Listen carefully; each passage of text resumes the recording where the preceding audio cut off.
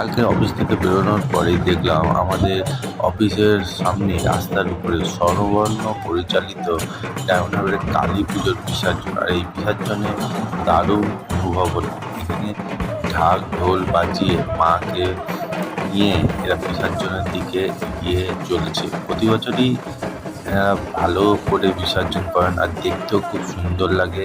এইরকম নৃত্য করতে করতে মায়ের এই শোভাযাত্রায় সত্যিই যেতে খুব ভালো লেগেছে। আর এই এত বড় ঢোল দেখে তো মনে হচ্ছিল একটু বাজিয়েই নিই, কিন্তু কিছু করার নেই, এটার অভিজ্ঞতা আমার নেই। কিন্তু যারা বাজাচ্ছিল তারা সত্যি নিঃসন্দেহে খুব ভালো বাজাচ্ছিল।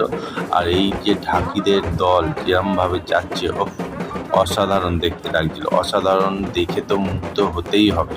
আর তার সাথে আমাদের এই স্বরবর্ণ যাদের এই প্রতিমা আমরা দেখতে পাচ্ছি, খুব সুন্দর হয়েছে। মা গো, সবাইকে ভালো রেখো মা। জয় মা।